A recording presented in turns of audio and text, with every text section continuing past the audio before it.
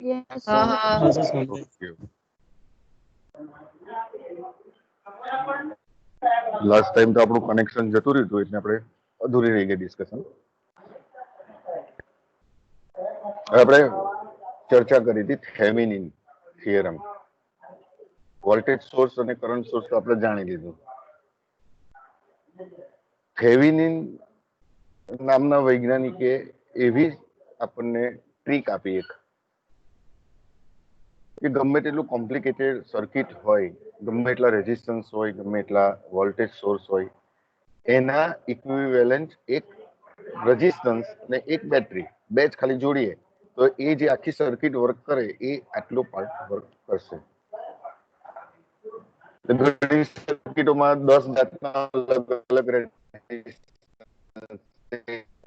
બીજાને પેરેલલ હોય, સિરીઝમાં હોય, આ રીતના ઘણા બધા રેઝિસ્ટન્સ હોય કરતા ઇક્વેશન તો પેલા બધા રેઝિસ્ટન્સ નું જે ઇક્વિવેલન્ટ છે એ વેલ્યુ જેને આપણે RTH કહીશું, થેવેનિન રેઝિસ્ટન્સ, અને ઇક્વિવેલન્ટ વોલ્ટેજ જે છે એને VTH એટલે કે થેવેનિન વોલ્ટેજ. એ ઇમેજનરી છે, આપણે એ એક્ઝેક્ટ એની વેલ્યુ શોધી અને એ સોર્સ તરીકે આપણે મૂકી શકીએ. એને આપણે સમજીએ તો કોમ્પ્લિકેટેડ કોઈ સર્કિટ હોય ધારો કે, અને એની અંદર આપણે જુદા જુદા રેઝિસ્ટન્સ મૂકેલા હોય,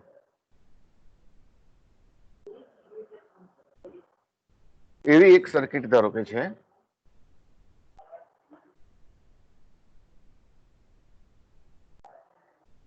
આઈ થિંક કે વિઝિબલ હશે. તો એવી એક સર્કિટ આપણે દોરીએ કે જેની અંદર એક બેટરી છે, બરાબર, જેનું મૂલ્ય ધારો કે 20 વોલ્ટ છે. એની સાથે સિરીઝમાં ધારો કે એક અવરોધ છે,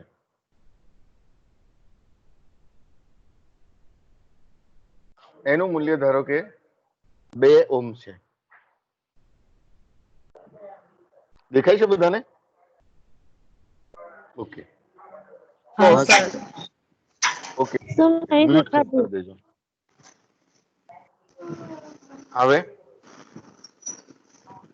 ઘણીવાર देखाय છે સર તમારે સર હા દેખાય જ છે કનેક્ટિવિટી ઓછી હોય તો ઘણીવાર मुझे नहीं देखा વિડીયોમાં ખાલી ઓડિયો આવશે ઘણાને, કારણ કે કનેક્ટિવિટી પાવરફુલ ના હોય તો.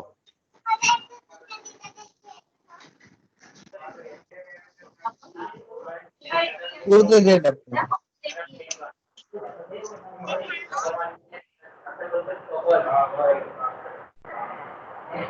હા, આપણે 2 ઓહ્મનો અવરોધ જોડેલો છે, બરાબર. એ જે બેટરી છે એને પેરેલલ બીજો એક ધારો કે અવરોધ છે, એનું મૂલ્ય 4 ઓહ્મ છે,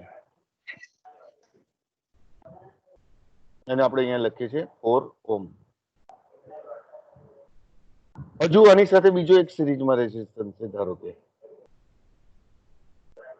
એનું મૂલ્ય પણ ધારો કે 4 ઓહ્મ છે. આ બે જે સિરીઝમાં 4 ઓહ્મની સાથે આગલાની પેરેલલ બીજો એક અવરોધ છે, ધારો કે એનું મૂલ્ય 2 ઓહ્મ છે અથવા 2 ઓહ્મ છે. આ જે જંકશન છે, આ પોઈન્ટની વચ્ચે ધારો કે બેટરી મૂકેલી છે, એમાં બેટરી ડીસી હોય એટલે આપણે क्या પ્લસ तो માઇનસ नहीं समझिए. માઇનસ અને પ્લસ. હવે આની સાથે પણ એક ધારો કે અવરોધ છે, એ પાછો 4 ઓહ્મ છે. અહીંયા પછી એક બીજી બેટરી છે ધારો કે, એનો પ્લસ આપણે આ બાજુ લઈશું, માઇનસ આ બાજુ લઈશું, અને ફાઇનલી એક લોડ રેઝિસ્ટન્સ છે RL, એની વેલ્યુ ધારો કે 8 ઓહ્મ છે. આ પ્લસ છે, આ માઇનસ છે. ધારો કે આ પહેલી બેટરી છે એની 8 વોલ્ટની છે અને બીજી છે તે 4 વોલ્ટ છે. એટલે આ એક સર્કિટ તમારી પાસે થઈ, જેનો ઇનપુટ વોલ્ટેજ 20 વોલ્ટ છે, 2 ઓહ્મ ની સાથે બીજો 4 ઓહ્મ નો પેરેલલ રેઝિસ્ટન્સ થાય છે, એની સાથે બીજો 4 ઓહ્મ સિરીઝમાં થાય, પાછો 2 ઓહ્મ પેરેલલ થાય, પાછો 4 ઓહ્મ એની સિરીઝમાં થાય ને ફાઇનલી જે આ છે તે આરએલ છે. હવે આ સર્કિટની જગ્યાએ થેવેનિન એવું કહે છે કે આપણે આ બે પોઈન્ટ છે અહીંયા ઓપન સર્કિટ કરીએ, આ ને આ, એને ધારો કે એ અને બી કહીએ, તો આખું જે બોક્સ છે એ બી ની આગળનું એની જગ્યાએ અને માત્ર એને આપણે વીટીએચ કહીશું, થેવેનિન વોલ્ટેજ, અને એક આરટીએચ, આ બે જોડી અને આની આડે લોડ રેઝિસ્ટન્સ આવે એને આપણે આરએલ કહીશું. તો આ જે બોક્સ જે છે એ ઇક્વિવેલન્ટ રેઝિસ્ટન્સ અને ઇક્વિવેલન્ટ વોલ્ટેજ છે થેવેનિનના. તો એના માટે આપણે ફાઇન કરવો હોય, ધારો કે આપણે ઇક્વિવેલન્ટ રેઝિસ્ટન્સ શોધવો છે, એ શોધવા માટે આપણી પાસે એની ટેકનિક જોઈએ.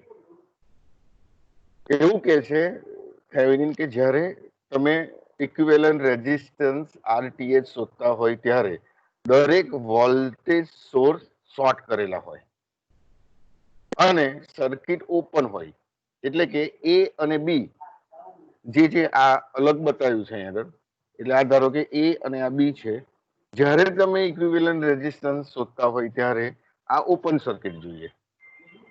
ઓપન સર્કિટ હોય તો જ આપણે વોલ્ટેજ મેળવી શકીએ.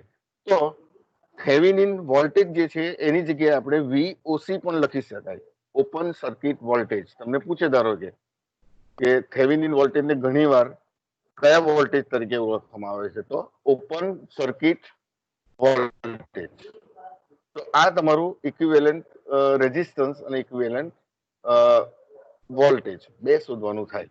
સપોઝ કે તમને આ સર્કિટ આપી છે અને ઉપર લખ્યું હોય કે find the value of VTH and RTH. VTH અને RTH નું મૂલ્ય શોધો. તો RTH શોધવામાં તમારે ઓપન સર્કિટની અંદર દરેક વોલ્ટેજ સોર્સને તમારે શોર્ટ કરવા પડે. એટલે કે આ જ સર્કિટને આપણે લખ્યું હોય તો આ જે પાર્ટ છે એને શોર્ટ કરીએ આપણે.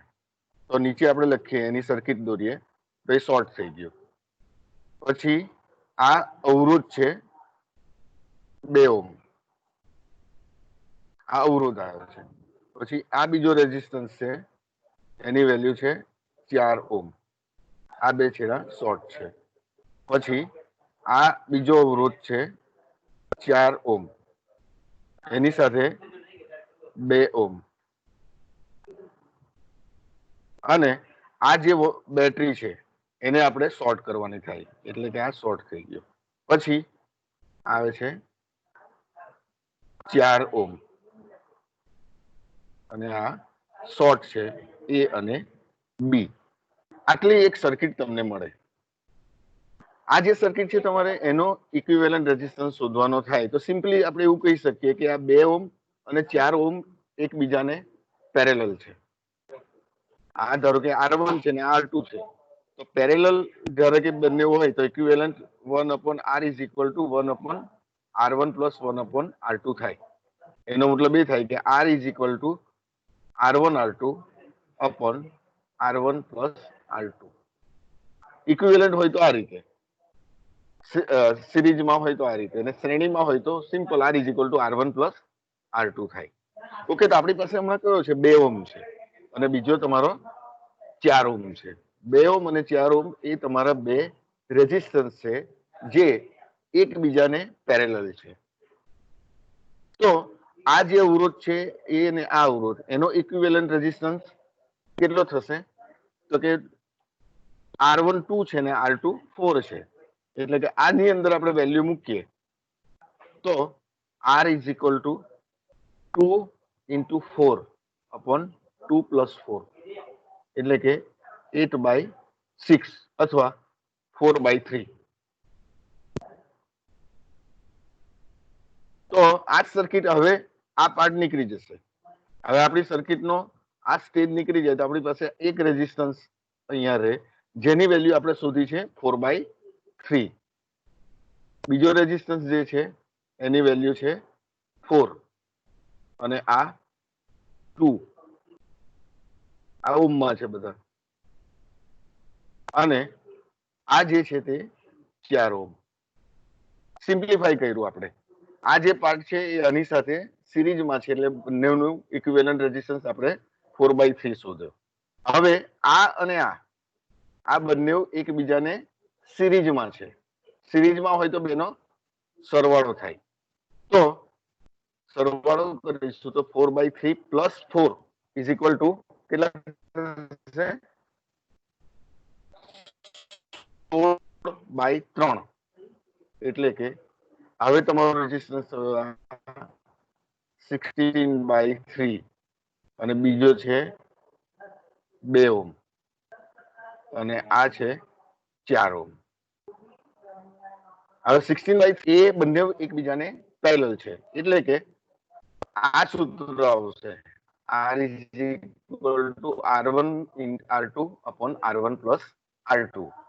આ જ રીતે સેમ આપણે લઈશું તો 16/3 into 2 up 16/3 plus 2 આ થશે 22. 3 દુ 6 22 3 upon આ થશે તમારે આ ગુણાકાર થશે 32/3 અને નીચે થશે 32/3 ઉપર 22 આ બંને નીકળી જશે તો 32/22 એટલે કે 16/11. હવે આ જે છે એનો ઇક્વિવેલન્ટ આવ્યો આપણો 16/11 એટલે કે 16/11 અને આ સિરીઝમાં 4 is equal 6/11 44 પ્લસ 60/8 મળે એટલે આ બે વસ્તુ શોધવાની કીધી તો આ 61 આ તમારો મલ્ટિપલ ચોઇસ ક્વેશ્ચનમાં 1 માર્કનો પૂછે કે 2 માર્કનો પૂછે એની અંદર તમને માત્ર RTH શોધવાનું કહેશે. જ્યારે તમને VTH શોધવાનું કહે ત્યારે તમારો એક ક્વેશ્ચન 3 માર્કનો થાય અને એ કોમ્પ્લિકેટેડ હોય છે. તો આના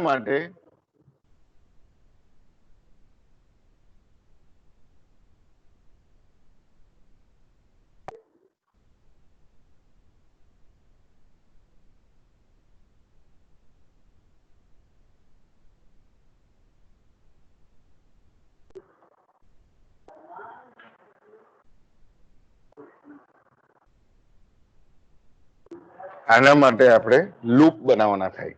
તમને લોકોને કિર્ચોફ લો તો ખબર હશે.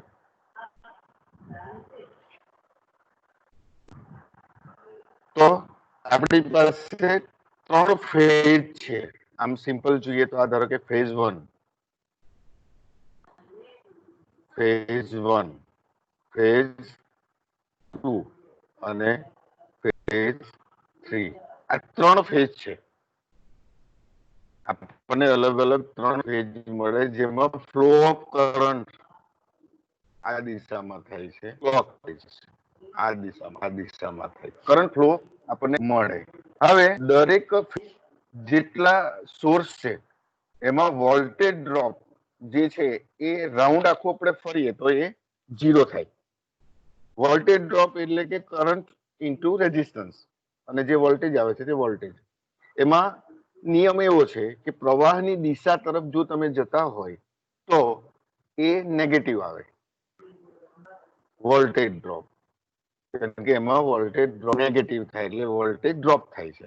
અને માઇનસ થી પ્લસ જતા હોય, બેટરી જો આવતી હોય ને માઇનસ થી પ્લસ જતા હોય તો એ પ્લસ આવશે ને પ્લસ થી માઇનસ બેટરીમાં જતા હોય તો માઇનસ આવશે.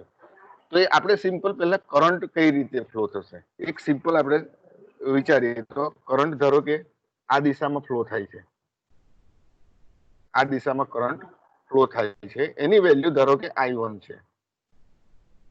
એટલે I1 તમારો કરંટ ફ્લો થાય છે જે અહીં સુધી આવશે પહેલા જંકશન સુધી I1 જે કરંટ છે ફ્લો થાય છે અને એની દિશા ક્લોકવાઇઝ છે એટલે દિશા આપણે એરો તરીકે બતાવી છે ઇલેક્ટ્રોનની ગતિ એનાથી વિરુદ્ધ દિશામાં થાય તો I1 એ અહીંથી પસાર થશે એટલે કે 2 ઓહ્મ જે કરંટ છે I1 કરંટ પસાર ટુ I ઇન્ટુ R એટલે આ જગ્યા ઉપર આ જે કરંટ I આવ્યો છે એ 2 ભાગમાં વિભાજિત થશે સપોઝ કે આ તરફ જે કરંટ જાય છે નીચે 4 ઓહ્મ બાજુ એની વેલ્યુ ધારો કે I2 છે આ તરફ જાય છે I2 છે તો આ 4 ઓહ્મ માંથી જે કરંટ બીજો પસાર થશે સીધી લાઈનમાં એની વેલ્યુ થશે I1 માઇનસ I2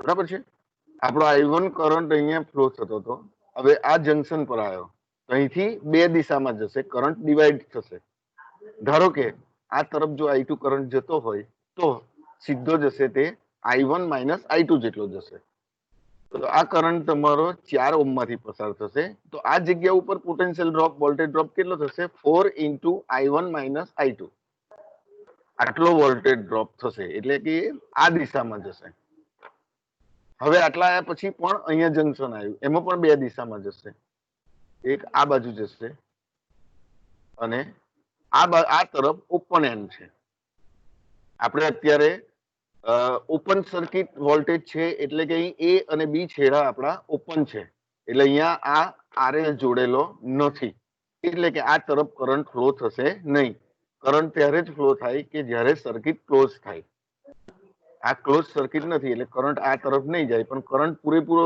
આ જેટલો છે એટલો આ દિશામાં આવશે એ કેટલો થશે I1 માઇનસ I2 આ દિશામાં આવશે હવે એ કરંટ અહીંયા સુધી આવશે પછી આ દિશામાં જશે આ તરફ પણ ઓપન છે ઓપન સર્કિટ છે તો આ તરફ પણ કરંટ આવશે એની વેલ્યુ કેટલી થશે I1 માઇનસ I2 આ પણ વેલ્યુ એની I1 માઇનસ I2 જેટલી થશે આ દિશામાં આમ આવશે પછી આ જંકશન આવશે એમાં 2 કરંટ જે છે એનો સરવાળો થશે આ કરંટ અને આ કરંટ અહીંયા ભેગો થાય છે એટલે કે I2 plus I1 minus I2 તો I1 પ્લસ છે I2 પ્લસ છે અને I2 માઇનસ છે તો આ કરંટ તમારો થશે I1 જે આ દિશામાં આવશે તો આપણે 2 ફેઝમાં કરંટ ફ્લો થશે ત્રીજા ફેઝની અંદર ઓપન સર્કિટ છે એટલે કરંટ ફ્લો થશે નહીં તો આપણને વોલ્ટેજ ડ્રોપ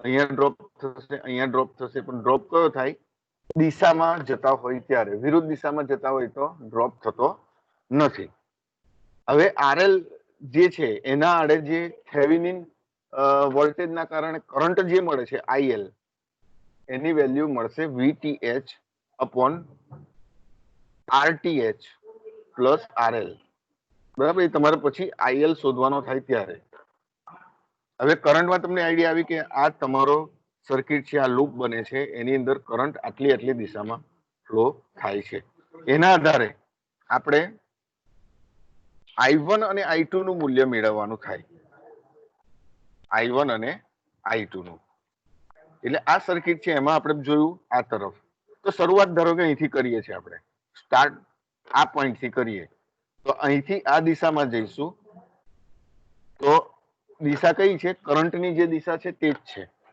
કરંટની દિશા છે એ જ તરફ આપણે જઈએ છીએ તો વોલ્ટેજ ડ્રોપ કેટલો થશે -2I1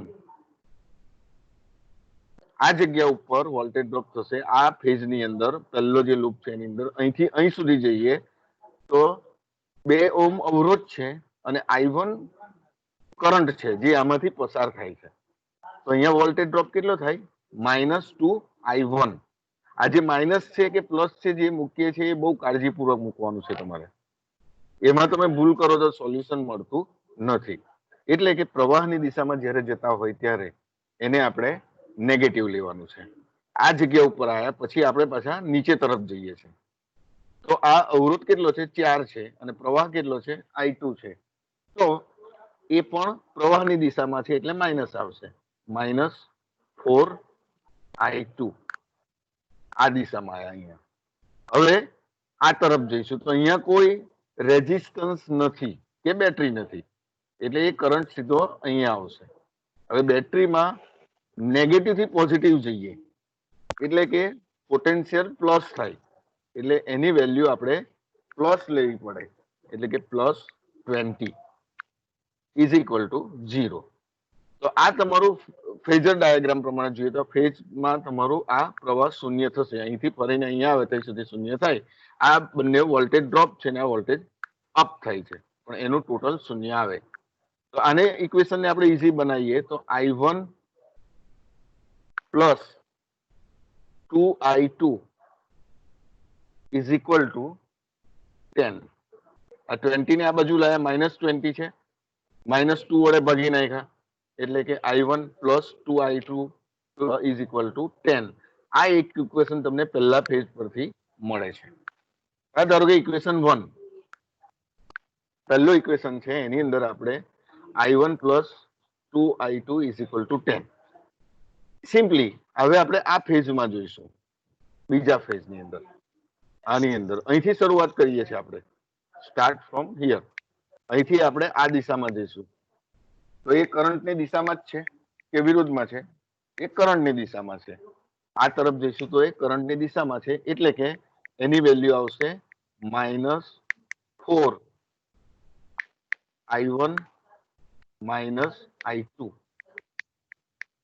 આ પહેલી બ્રાન્ચ અહીંથી અહીં સુધી ગયા તો પોટેન્શિયલ ડ્રોપ કેટલો થયો? Voltage drop -4I1 -I2. I1 -I2 એ પ્રવાહનું મૂલ્ય છે, 4 ઓહ્મ રેઝિસ્ટન્સ છે, અને પ્રવાહની દિશામાં જઈએ છે એટલે કે વોલ્ટેજ ડ્રોપ થાય એટલે એને નેગેટિવ લખીએ છીએ.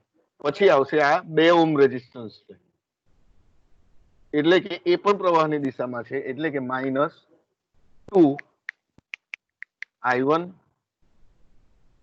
-I2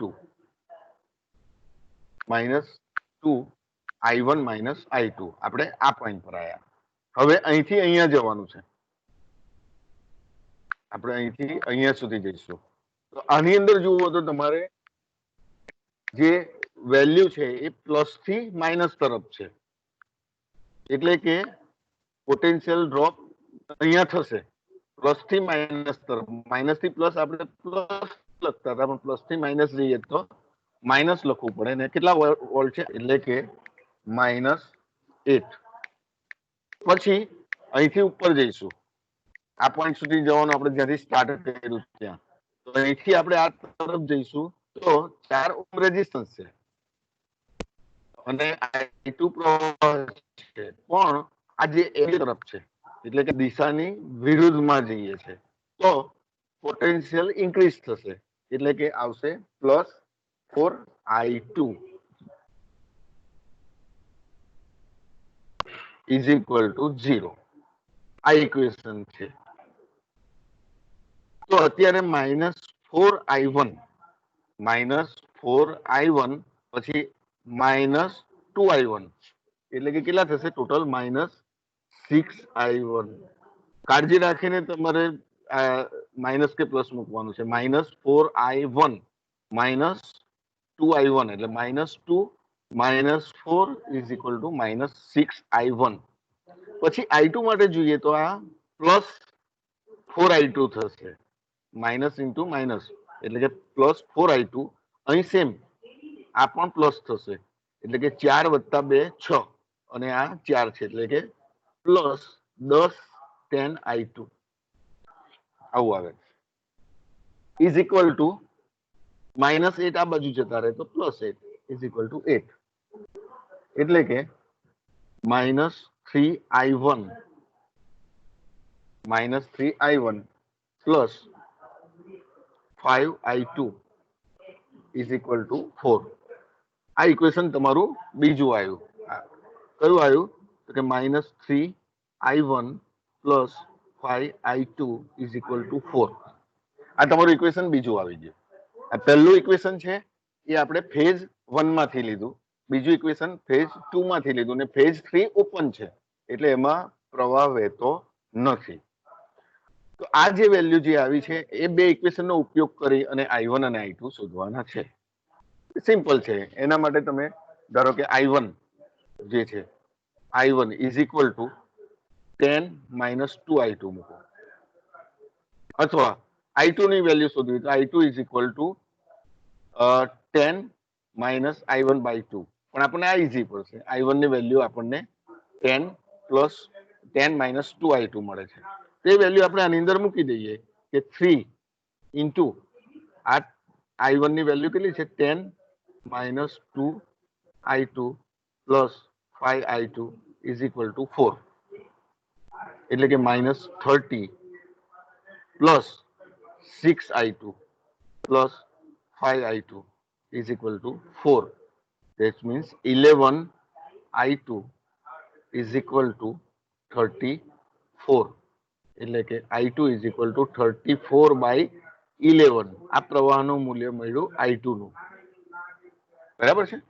I2 ની વેલ્યુ તમને મળી. જ્યારે I1 ની વેલ્યુ કેટલી આવશે? હવે I2 પરથી આપણે ઇઝીલી શોધી શકીશું.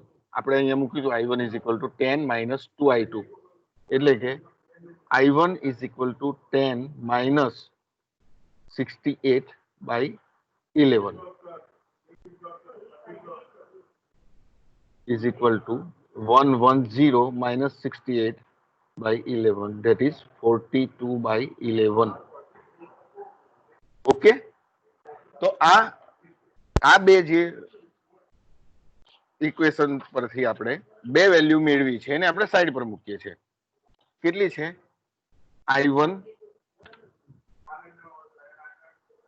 I1 is equal to 42 by 11 અને I2 is equal to 34 by 11. આપણે આટલી બે વસ્તુ શોધી બે ફેઝ પરથી. બરાબર છે. આ સર્કિટમાં બે ફેઝ પરથી આપણે I1 અને I2 નું મૂલ્ય મેળવ્યું, જે આપણે ત્રીજા ફેઝ માટે અથવા VTH શોધવા માટે કરીએ. હવે આપણને ખબર છે કે આ સર્કિટ જે છે એની અંદર આ ફેઝ 3 પર ધ્યાન આપવાનું છે. આપણે ફેઝ 1 અને 2 એના ઉપરથી આપણે બે પ્રવાહ I1 અને I2 મેળવી લીધા, પણ આપણે VTH જે અત્યારે ઇમેજનરી છે એની વેલ્યુ કેટલી છે? તો કે એ આપણે શોધવા માટે આ RL ને હટાવી દીધેલો છે. બરાબર, અત્યારે RL નથી, પણ ઇમેજનરી આપણે આ બતાવીએ પ્લસ માઇનસ. આપણે કોઈ પણ દિશા રાખી શકીએ, ઉપર પ્લસ રાખો, નીચે માઇનસ રાખો, કોઈ પણ રાખો. આપણે ઉપર મૂકીએ તો VTH થાય. આ જે વેલ્યુ મળે છે એ VTH જે ઇમેજનરી છે, જેનું મૂલ્ય આપણે શોધવાનું છે. એ શોધવા માટે આપણે સેમ મેથડનો ઉપયોગ કરીશું જે આગળ આપણે જોઈ હતી આ બે જગ્યા ઉપર. એ જ વસ્તુ અહીંયા જોવાની છે. ઇમેજનરી છે એટલે કે એ સર્કિટ જોડાયેલી નથી. બરાબર છે. ક્લોઝ નેટવર્ક નથી, ઓપન નેટવર્ક છે, અને VTH નું મૂલ્ય આપણે શોધવાનું છે. તો આ જે લૂપ છે એમાં આપણે અહીંથી ધારો કે શરૂઆત કરીએ છીએ. દરેક વખતે આપણે પહેલી વાર અહીંથી કરી હતી, બીજી વાર અહીંથી કરી, ત્રીજી વાર આપણે અહીંથી કરીએ છીએ. બરાબર છે. આમાંથી પ્રવાહ પસાર થતો નથી, ઓપન સર્કિટ છે, એટલે આની વેલ્યુ અત્યારે આવશે નહીં. એટલે આપણે અહીંયા આવ્યા. અહીંથી આપણે નીચે તરફ જઈએ છીએ. નીચે તરફ જઈએ તો આપણે પ્લસ ઉપર લીધું છે, માઇનસ નીચે છે, તો સર્કિટમાં એનું કેટલું આવશે? એનું સમીકરણમાં માઇનસ VTH આ આવશે, માઇનસ VTH, કારણ કે આપણે પ્લસ થી માઇનસ તરફ જઈએ છીએ, એટલે કે પોટેન્શિયલ ડ્રોપ થશે, એટલે માઇનસ થઈ જશે. અહીં સુધી આવીશું. પછી અહીંથી આ તરફ જવાનું છે. આપણે આ તરફ જઈએ તો કેટલા વોલ્ટેજ નું છે? આ 4 વોલ્ટ છે. એ 4 વોલ્ટ છે, તો એ માઇનસ થી પ્લસ છે, એટલે કે એ પ્લસ થશે, પ્લસ 4. VTH માઇનસ છે, તો અહીંથી અહીં આવ્યા. અહીંથી આપણે આગળ લૂપ તરફ ગયા તો આ બેટરી છે એ નેગેટિવ થી પોઝિટિવ તરફ, નેગેટિવ થી પોઝિટિવ તરફ, એટલે કે આપણે એ પ્લસ લખીશું. વોલ્ટેજ એની અંદર ઉમેરાશે, ડ્રોપ નહીં થાય, એટલે અહીં આવ્યા. અને પછી અહીંથી પછી આપણે રિટર્ન ઓરિજિનલ જગ્યાએ જ્યાંથી સ્ટાર્ટ કર્યું ત્યાં, અહીંથી અહીં સુધી જવું છે આપણે. તો આ જે છે પ્રવાહની દિશા એ આ તરફની છે. આપણે પ્રવાહની દિશાની વિરુદ્ધમાં જવાનું છે એટલે આ આવશે પ્લસ. અવરોધ કેટલો છે 2 અને પ્રવાહ છે I1 I2.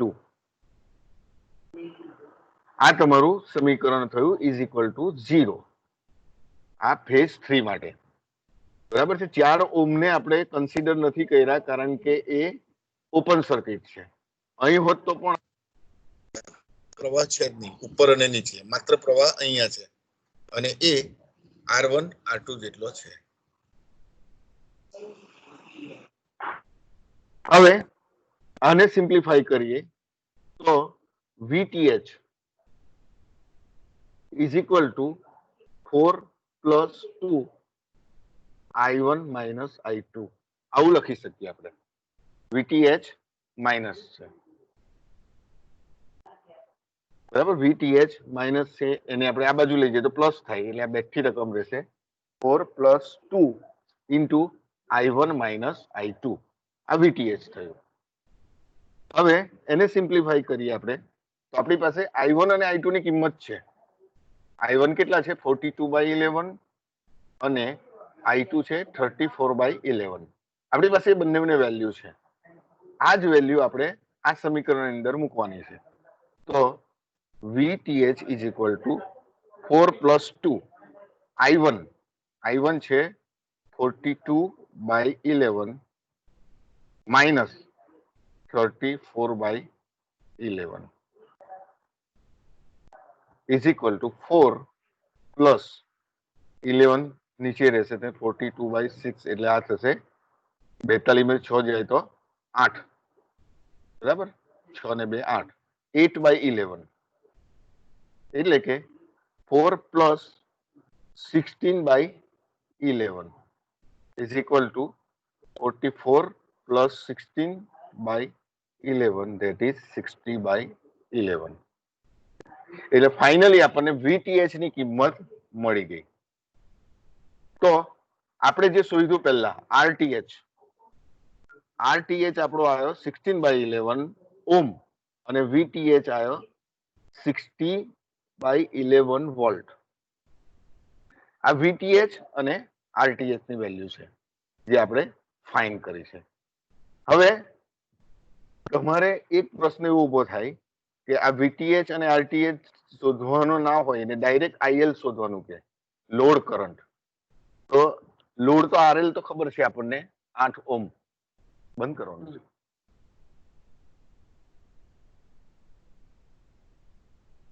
તો આ જે તમારો લોડ જે છે RL એના આડે પ્રવાહ થતો પસાર થતો પ્રવાહ એટલે કે IL લોડ કરંટ જો શોધવાનું કે તમને તો તમને આ સૂત્ર આપેલું છે.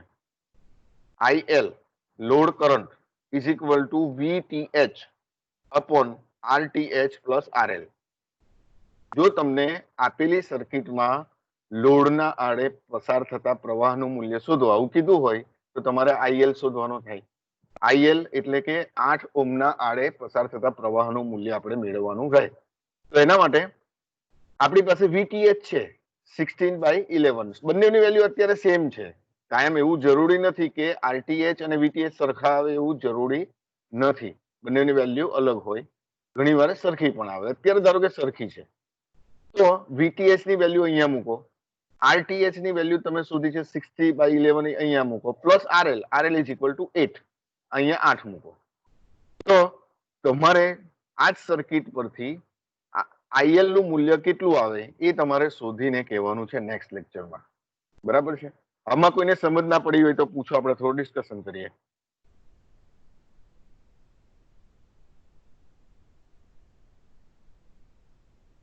અનમ્યુટ થઈ શકો છો.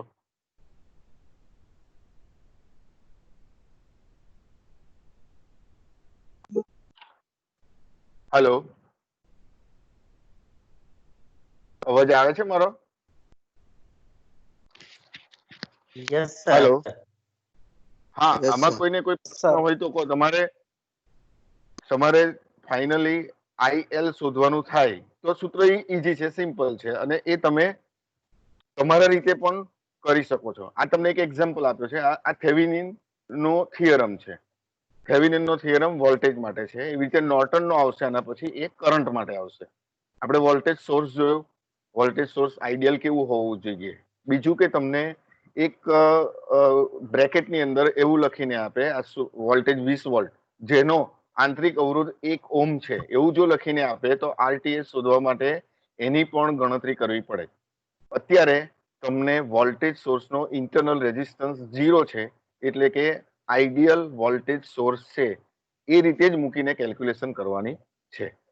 બરાબર છે ને? જો તમને આપે કે ભાઈ 2 ઓહ્મ છે કે 3 ઓહ્મ છે ઇન્ટરનલ રેઝિસ્ટન્સ, તો એ પહેલા જે બેટરી છે એને રિમૂવ કરો તો એની જગ્યાએ તમારે અવરોધ મૂકવો પડે. બાકી તમારે અત્યારે સુધી કોઈ દિવસ તમને ઇન્ટરનલ રેઝિસ્ટન્સ બેટરીનો આપતા નથી. પણ કદાચ કોઈ એવું આપી દે તો ગૂંચવવાની જરૂર નથી. એની જગ્યાએ જ્યારે તમે ઇક્વિવેલન્ટ આરટીએચ શોધતા હોય ત્યારે બેટરી રિમૂવ કરો અને એની જગ્યાએ એના ઇન્ટરનલ અવરોધ જેટલો અવરોધ મૂકી દેવાનો, એટલે તમને ઇક્વિવેલન્ટ આરટીએચ મળી જાય. બરાબર છે? અને આઈએલ શોધવાનું કહે તો આરએલ ની વેલ્યુ તમને આપેલી હોય. તમને બીજો એક્ઝામ્પલ આનો બતાવીશ. એની અંદર એવું જરૂરી નથી કે તમારે છેલ્લે એન્ડમાં જ એ ને બી આવે. તમારે વચ્ચે કોઈ અવરોધ છે, આપણો વચ્ચેનો ધારો કે ફેઝ 2 માં ઉપર 4 ઓહ્મ આપેલો છે, તે જગ્યા ઉપર તમને બતાવે કે આ આરએલ છે, તો આરટીએચ અને વીટીએચ શોધો. તો તમારો જે ફેઝ 3 બને એમાં બીજો ફેઝ છે, એમાંથી ઉપર ને નીચે પ્રવાહ પસાર થશે નહીં, આજુબાજુની અંદર પ્રવાહ પસાર થશે. એને આપણે નેક્સ્ટ ટાઈમ એકવાર એવો પણ એક્ઝામ્પલ તમને બતાવીશું. આ એક્ઝામ્પલ ની અંદર તમને આઈડિયા આવી? Yes sir. ઓકે, તો તમારે હવે આઈએલ લોડ કરંટ તમારે ગણવાનો છે. એ બહુ ઈઝી છે. તમારી વેલ્યુ તમારી પાસે છે જ. વીટીએચ 60/11 60/11, આરટીએચ 60/11 અને તમારો આરએલ છે એ 8 ઓહ્મ છે. બરાબર? એટલે સિમ્પલ તમે 60/11 ડિવાઇડેડ બાય 60/11 પ્લસ 8 અને તમે કરશો એટલે કરંટની વેલ્યુ મળશે, જે તમારા લોડ કરંટનું મૂલ્ય છે. બરાબર છે? ઓકે, તો હવે કોઈને પ્રશ્ન ના હોય તો આપણે મીટિંગનો એન્ડ કરીશું. છે કોઈને ક્વેશ્ચન? નો સર. Okay okay. અને તમારી જાતે સાથે સાથે પ્રેક્ટિસ કરો, તમારી સર્કિટ બનાવી દો, ડિઝાઇન કરો અને એનો ફોટો પાડીને મને મોકલો કે આ જે મેં શોધ્યું છે વીટીએચ અને આરટીએચ એ સાચું છે કે નહીં. જૂના પેપરમાં પણ તમને ઘણા મળી જશે. બરાબર છે? સિલેબસ તમારો થોડો ચેન્જ થયો છે, પણ આ અમુક પાર્ટ છે એ જૂનાના છે, એટલે એ પણ તમારા કન્ટિન્યુઅસ છે. પ્રપોઝ સિલેબસ જે છે એ તો છે જ, પણ અત્યારે આપણે જૂના સિલેબસમાં થેવેનિન છે, આગળના 2 ટોપિક નતા, થેવેનિન અને નોર્ટન છે, એના પછીના પણ નથી, એ પણ આપણે જોઈશું. પણ તમારી જાતે પ્રેક્ટિસ કરો અને એવું હોય તો એકાદું એનો સ્કેન કરી પીડીએફ અપલોડ કરો અને ચેટમાં મોકલો, ચેટ બોક્સમાં, કે સર આ છે, એનો જવાબ બરાબર છે કે નહીં. તમારી ભૂલ હશે તો અમે સુધારીને તમને પાછા રિટર્ન મોકલીશું. બરાબર છે? Okay okay. આપણે હવે મીટિંગને એન્ડ કરીએ છીએ. બીજા તમારા લેક્ચરમાં જોડાવાનું છે તમારે રાજ સાહેબના 2 વાગે. બરાબર છે? ઓકે.